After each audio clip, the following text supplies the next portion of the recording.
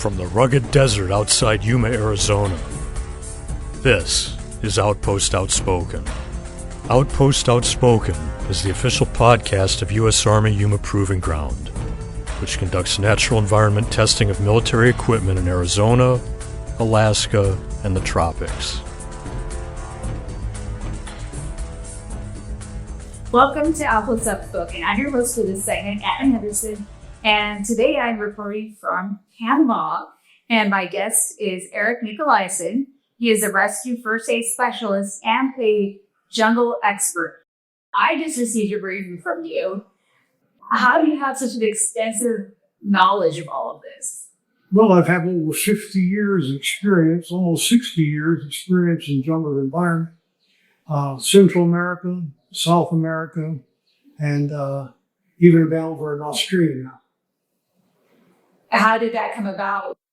Well, I was born here in the Republic of Panama, and as a child growing up, where was your playground? The jungle. So it was quite entertaining. Other children were, let's say, overcautious of the jungle for their parents, so they never entered it. I've always loved wildlife and found that the jungle, one of the most interesting places you never stop learning. Every time you go into the environment, you learn something new. You see something new. It's an environment that you can love it. We always have to remember that environment will never love you back. How did you get to the point where you were so comfortable with this scary animal life? Well, after so many years in the environment, there's not too much that hasn't bit or stung you. So you pretty well know the consequences from a bite or a sting. So you're that much more cautious. You know when a spider will attack you. Okay, just like an insect will walk on you. And the first instinct of a person is, don't even look at it. They swat at what's crawling on their arm. Okay, and what does an insect do or anything else? They defend themselves. So if a bee's walking on you, maybe he just wanted some salt from your sweat, and you reach down and slap him, he's going to sting you. If you look at him, you identify it, you can either blow him off, shake him off, or flick him off. You respect what's there. Yes, this is to make a person, how would you say, respect what is there in the environment. Be aware of it. Where are you stepping on? It could be a snake there on the other side of that lawn. Well, he's not there to bite you, but you step over it. If you step on him, he's going to defend himself. If you don't look where you're going to sit down or where you're going to step over, you're stepping into their environment, their comfort zone, and they may not like it, so they will bite you. Not all snakes will inject venom. Venomous ones, for example, the fur-lance one, which is the most common one that bites people, and the majority of which causes the deaths in tropical countries, Panama and South America. They're a very aggressive snake. Why are so many people bitten? 85%? Because the female produces live young twice a year, and they can produce anywhere from 65 to 110 live young. These little snakes come out and they're fully capable of biting. They are full of venom, born with venom. So be aware of what's there. Look and watch around you. Watch where you put your hand. Watch where you put your feet. What's up in the upper canopy. And watch out for each other. You're there for each other. You're a team. Hey, watch where you're stepping over. Hey, there's a black palm tree filled up with thorns on your right-hand side. So you have to advise each other what's there if you're not. The environment is mesmerizing. All it takes is, for example, your concentration going as you look into that clouded or shadow environment to study or look at something, observe it, and you're not watching where you put your feet or watching where you put your hands. Oh, I find myself listening to the birds chirping and I'm looking around. Where's that bird? And right now we haven't hit the jungle yet, but I can see how that can happen. So it's just so mesmerized. They're looking around and then they lay on something, you step on something. This is going to sound silly because I'm sure you've seen it. Have you seen an anaconda? Camel does not have anacondas. Their largest snake is a boa constrictor. 10 feet, 12 feet long is a very good size one. Okay? People think that a constrictor crushes your bones or your structure itself. If, for example, you grab one, you're holding him behind the head, next thing he does is automatically he will go ahead and wrap himself around your arm. Every time your heart pulsates, your blood goes down, okay, he will tighten. So he will continue to bite and eventually cut off the circulation. On a large one, for example, may go around your neck or around your chest cavity. And as you breathe, even though you're trying to hold him back with your hand, he will continually to constrict you. They kill by constriction, suffocation, and that way. All the snakes will all go ahead and they eat their prey head first.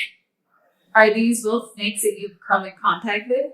Yes, and in Suriname, come across anacondas, and one time there was one going across the concrete highway as big as around as a telephone pole. The head was on one part of the jungle and the tail was on the other side of the road, and it caused a traffic jam. People sat in their cars waiting for the snake to cross. No one dared to, let's run it over, because it would definitely total out your suspension system on your vehicle, or your car would even become high-centered, depending on what type of vehicle you have. What would you say is your favorite part about working here at TRTC? Well, when I retired from the Army, I always thought, I would like to go exploring, see all the different jungles, and got to end up with a job that pays me to go ahead and do what I enjoy that I was figuring on doing during my retirement. So I don't feel like when I'm out of the jungle, I don't feel like I'm working. It's very, very enjoyable. That's good. That's how it should be, right? Well, how many people really love their jobs? So it's a job. Well, oh my God, I got to go to work in the morning. Well, you're in the jungle. You go, let's see what adventure is today. Something new I'll discover. Okay, sometimes you see things, and especially today with a cell phone, you can photograph it. Then if you have the time to identify it through a computer system, if not, take it to the Smithsonian, and occasionally there's something that they cannot even identify. So you're seeing a lot of things that most people will probably never get to see in real life. Right. See, most people walk through life blind. They really don't observe, where they're stepping or should look at life and go, we're sitting on the lawn today and catch a few rays of the sun. As they sit there, they're not looking at the environment. The grasses they're sitting on, what is in there? What kind of insect or animal life is in there moving around? Until they look at it and think, what if I were blind tomorrow? What could I see today? So looking into the grass itself, behind the little leaves and all this minute insect life, it's a whole world down in there. Thank you so much for what you did before the Army. Thank you. Welcome to Outpost Outspoken. I'm your host for this segment, Ana Henderson. Today, Mike Jonez joins me. He's a contracting officer representative with the Department of Public Works here at YPG. But he's actually here to tell us about how he and his dog Eli helped save a woman's life. Welcome, Mike. Yes, thank you. Tell me about your dog. So my dog name is Eli. He's a standard poodle, weighs about 65 pounds, dark chocolate.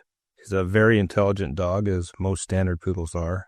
And being as I leave him at home during the week, long days while we're out here on these 10-hour shifts, he's very adamant that in the evening, that after dinner, that he gets his evening walk in. Same on the weekends, first thing in the morning. He expects one in the morning and in the evening. So So set up the scene for us. You were taking Eli on your daily evening walk after dinner, and what happened? So we had finished dinner, and it was about 7 o'clock. The sun was just getting ready to set. And so we took off from the house like we do every single day. And got about a quarter mile away from the house.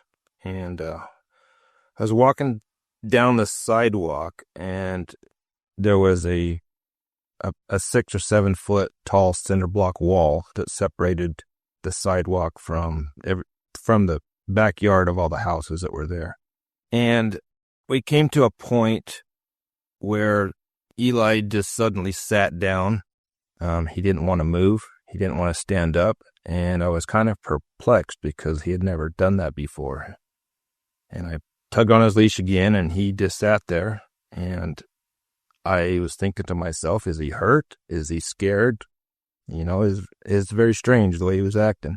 And so I faintly could hear a noise coming from the other side of this wall that we was against. And there was a small palm tree, and we was right in the corner of this backyard. There's typically a feral cat that lives in that area. And whenever Eli gets to that point, he gets super focused on trying to find this cat. So this noise I heard, it reminded me of an injured animal, or maybe it was that cat making that noise. And I didn't really want to be bothered with it. I didn't want Eli to get worked up and want to go chase that cat. So I was really trying to just move him along. But for whatever reason, he would not budge. And so that's when you decided, okay, maybe let me take a look and see what's going on. Yeah, what he did was he stood up, put his feet against the wall, and then he's like started sniffing up in the air. Like he could smell something, and that kind of clued me in that maybe there's something on the other side of that fence that's got his attention. So then you look over the fence, because Eli's pretty tall. You said he's 60 pounds. I'm assuming he's pretty tall, but he can't look over the fence, so you look over. Yeah. So he kind of backs off the fence, and I throw my arms up on top of the wall, and I pull myself up, and I look over the fence, and there's a woman, an elderly woman, laying on the ground, face down. She was coherent, but she couldn't move, and she was just faintly mumbling or repeating to herself to help me. And that was the noise that I was hearing. But because she was face down and her face was in the weeds, she was very muffled. So I wouldn't have been able to hear that because we was right by a busy street, and the traffic would have drowned that out. So until I got up and actually made visual contact with that person, I had no idea that she was there. What was your reaction when you saw her? This person, she lives in our neighborhood, and I've seen her before many times because over the years, she's an elderly woman that lives by herself, and her and Eli actually have met several times, and every time that Eli sees her, he always has this thing to run over and greet her, and she does the same. And so they know each other. They've been buddies. So I knew her first name. That was all. So when I saw her, I yelled her name, and I did get the response, and she said to help me. So yeah, it was quite a surprise. I can imagine it was overwhelming for both of you, her to finally get help, and then you to have, see her like that. Do you have any idea how long she was there? I do. And I had asked her that, and she said she had been there since before lunch, and this was 7 o'clock in the afternoon. Oh my goodness. So she'd been laying there in the sun in her backyard for probably 6 or 7 hours, unable to move. Oh my goodness. Thank goodness for Eli, for him paying attention to the cries, and for you paying attention to Eli. So what happened from there? So at that point, I didn't have my phone with me, so I told her, I said, "You're going to be okay. I'll be right back, and I'm going to go get you some help." So I sprinted back to my house with Eli. It's about a quarter mile. And I got back to the house, grabbed my phone. I left Eli there, and then I sprinted back to her house. I wanted to make sure I got the correct address off the front of her house while I was talking to 911. And so I called 911, told them that I needed an ambulance, and that there was a woman, an elderly woman, that had fallen. She was face down, and she couldn't move. And at that time, I was on the outside of the fence where I discovered her. So while the ambulance was coming, I was able to kind of go to the side of the house and go through an unlocked gate, make my way past some bushes and get into her backyard where she was laying. And I was able to kneel down beside her and let her know that help was on the way. Oh, that must have been a huge relief for her. Did she cry tears of joy, tears of pain? What was her reaction? Well, she was, you could tell in her voice, she was relieved that she had been found, but she was also seemed very, very weak. So there wasn't a lot of emotion. One of the things that got me is because she was face down and she couldn't move, she kept telling me she couldn't feel her arms. And she thought that was because she had been laying on them for so long that they went numb. She kept saying, my arms have gone numb. I can't move them. And I said, oh, that's okay. I said, we don't want you to move right now. And all this time I was on the phone with 911 and they're asking me, questions, gathering information. She had also broken her glasses when she fell, so she couldn't see. And so she didn't really know my voice, but she asked, she goes, who is this? And I told her, I said, I knew she didn't know my name. I said, it's the man with the brown dog. And she says, the brown dog? She goes, Eli? And I said, yes. And she's like, that's when you could hear the emotion in her voice. And she says, I was so hoping you guys would come by. And I think she just said that because of our routine. Every single night we go past there. So she knew that eventually we would come by and was hoping that we would find her. And we did. Oh, that gave me goosebumps. Oh, my goodness. You two are lifesavers. Has Eli ever done anything like this? No, this is completely out of character. That's why it was so perplexing to me when he just sat down and refused to move and then stood up against the fence. I mean, if he wouldn't have done that, I would have had no reason to look over that fence. And how's she doing now? I've talked to her son because he goes over to her house and is taking care of her cat. And I was talking to him, and the full story has finally come out now that she's been able to tell it from her perspective. And she said that she was pulling weeds underneath a small tree. She lost her balance and fell forward, and her head went into the brick wall. And that's when she just collapsed and fell straight down. Well, it turns out that the reason she couldn't feel her arms was not because she was laying on them and they went numb. It was because she actually broke her neck when she hit the wall. Oh, my goodness. And so as she had laid there unable to move, she was basically paralyzed, at least her arms. And then once the paramedics came and they took her to the ER, her condition continued to worsen. She was losing feeling in her legs, and she started having trouble breathing because her lung function was affected by her broken neck. So that's why they air-evac'd her to Phoenix to get proper care. Oh, what a terrifying situation. But fortunately, you and Eli were there to help her out, and now she's getting the proper care that she needs. But man, when you look back and think about what you and Eli did, how do you feel about it? Yeah, I mean, all the credit's on Eli, and for whatever reason, everybody has their own beliefs in why dogs do certain things or how they're used. It was just a blessing, and I think, I'll just say that I think God used us and let us be there and help that person, because otherwise, what the hospital had told her son was that if she wouldn't have made it through the night if nobody found her, because her lungs function was shutting down and it was getting to get cold that night. And so, it's just a real special feeling to be used to help somebody in that kind of a situation. Wow. Well, thank you for sharing your story. Thank you for you and Eli helping this woman, and also for what you do every day here at YPG for the Army. Thank you. Thank you for having me. You're welcome. This has been Outpost Outspoken. Thank you again for listening, We'll see you next time from the forefront of Army transformation.